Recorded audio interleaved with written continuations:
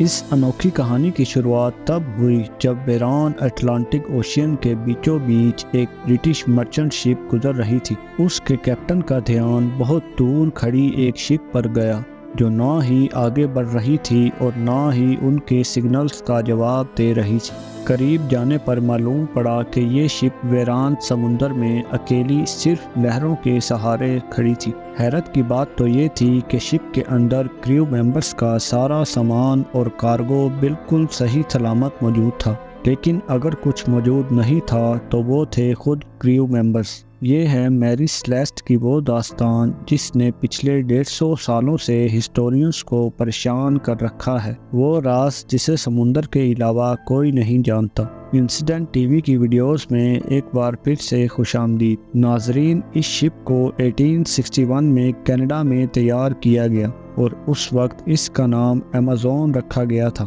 لیکن جیسے جیسے وقت گزرتا گیا اس کے اونرز تبدیل ہوتے رہے اور آخر میں یہ شپ کیپٹن بینجامن برگس کے پاس آئی۔ تب اس کا نام میری سیلیسٹ رکھا گیا تھا۔ یہ نیو یارک میں 7 نومبر 1872 کا ایک خوشگوار دن تھا۔ میری سیلیسٹ نامی یہ شپ ساحل پر کھڑی تھی اور اس پر سامان لوڈ کیا جا رہا تھا۔ میری سیلیسٹ میں ایتھنول کے 1700 بیرلز لوڈ کیے گئے جو کہ پینے والا نہیں بلکہ انڈسٹریل یوز کا الکوہل ہوتا ہے۔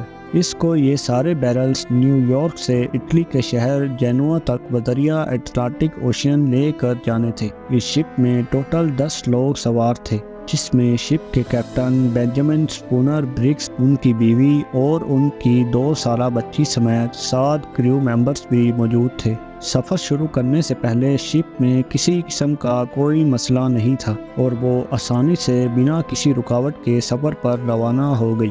یہ سفر قریباً 7500 کلومیٹر لمبا تھا اور نارملی اس دور میں اتنا بڑا سفر کرنے میں کئی دن نہیں بلکہ کئی ہفتے لگ جاتے تھے۔ میری سیلیسٹ کو نیو یارک سے نکلے اب 3 ہفتے گزر چکے تھے اور معمول کے مطابق کئی ہفتوں کے بعد اب اس کی جینوا کے بورڈ پر آمد کا انتظار بڑھتا جا رہا تھا، لیکن اتنے وقت کے بعد بھی میری سیلیسٹ کا کوئی اتا پتہ نہیں تھا، یہاں تک کہ میری سیلیسٹ کے بعد نیو یارک سے نکلی دوسری شپ اب جینوا تک پہنچنا شروع ہو گئی۔ اب پریشانی بڑھتی جا رہی تھی کہ آخر میری سیلیسٹ اتنے ہفتے گزر جانے کے بعد بھی اپنی منزل تک کیوں نہیں پہنچ پائی۔ میری سیلیسٹ کے روانہ ہونے کے 10 دن بعد ایک اور برٹش شپ کو بھی نیو یارک سے نکل کر اسی روٹ سے ہوتے ہوئے جبرالٹر تک جانا تھا۔ یہ ڈی گریٹیا نامی ایک برٹش مرچنٹ شپ تھی جو کئی ہفتوں کے بعد 4 دسمبر 1872 کو ازورز آئیلینڈ کے قریب پہنچی تھی۔ یہ سمندر کا وہ حصہ ہے جہاں نیلے آسمان اور سمندر کے علاوہ کچھ دکھائی نہیں دیتا۔ وہاں شپ کے کیپٹن کو بہت دور سمندر میں ایک شپ کھڑی دکھائی دی۔ کیپٹن نے نوٹس کیا کہ وہ شپ پانی پر آگے نہیں بڑھ رہی بلکہ صرف ایک ہی جگہ پر کھڑی ہے۔ سمندر کے اس حصے میں ایسا منظر دیکھ کر کیپٹن کو شک ہوا اور انہوں نے اسے دور سے ہی کئی سگنلز بھیجے، لیکن جب آگے سے کوئی رپلائی نہیں آیا تو کیپٹن نے اس کے قریب جانے کا فیصلہ کیا۔ قریب پہنچنے پر معلوم پڑا کہ یہ کوئی اور نہیں بلکہ کیپٹن کے ہی دوست کی میری سیلیسٹ نامی شپ تھی جس کو نیو یارک سے نکلے اب پورا 1 مہینہ گزر چکا تھا۔ میری سیلیسٹ جبرالٹر سے 18 کلومیٹر دور اٹلانٹک اوشین میں تنہا کھڑی تھی اور اس میں کسی قسم کی کوئی حرکت نہیں تھی۔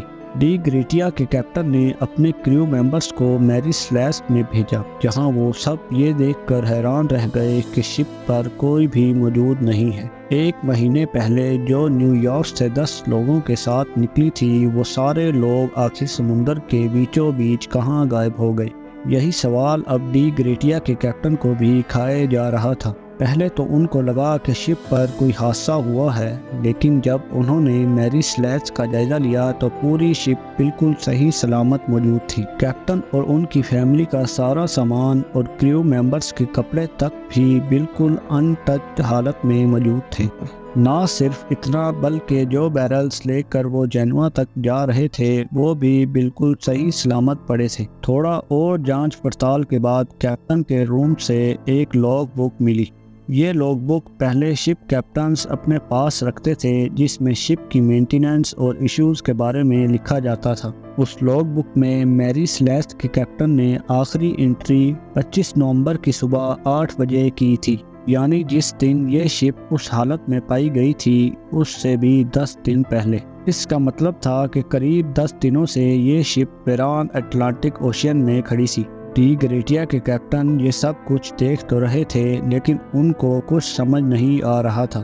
اتنے میں ان کی نظر لائف بوٹ والے سیکشن پر پڑی تو وہاں ان کو لائف بوٹ نظر نہیں آئی۔ اس کا صرف ایک ہی مطلب ہو سکتا تھا کہ ضرور شپ پر کچھ ہوا تھا اور سب لوگ اپنی جان بچا کر لائف بوٹ میں کہیں بھاگے ہیں۔ اس کے علاوہ ایک اور چیز بھی نوٹس کی گئی کہ شپ کا کیبن ہر جگہ سے گیلا تھا اور کئی جگہوں پر 1.5 سے 2 فٹ پانی بھی کھڑا تھا، لیکن یہ اتنا نہیں تھا جو اس سائز کی شپ کو نقصان پہنچا سکے۔ یہاں آپ کو بتاتے چلیں کہ انٹرنیشنل سیلویج لا کے مطابق اگر کوئی بھی کسی شپ کو ریسکیو کرے گا تو اس کو شپ کی ویلیو کے حساب سے ریوارڈ دیا جائے گا۔ اسی لا کا فائدہ اٹھاتے ہوئے ڈی گریٹیا کے کیپٹن میری سلیسٹ کو جبرالٹر تک لے کر گئے، جہاں اتھارٹیز نے شپ کو تب تک اپنے پاس رکھا جب تک کورٹ کی ہیئرنگز کمپلیٹ نہیں ہو گئی۔ کورٹ نے اپنے طور پر انویسٹیگیشنز کی لیکن کئی ہیئرنگز کے بعد بھی کوئی سراغ نہ مل سکا۔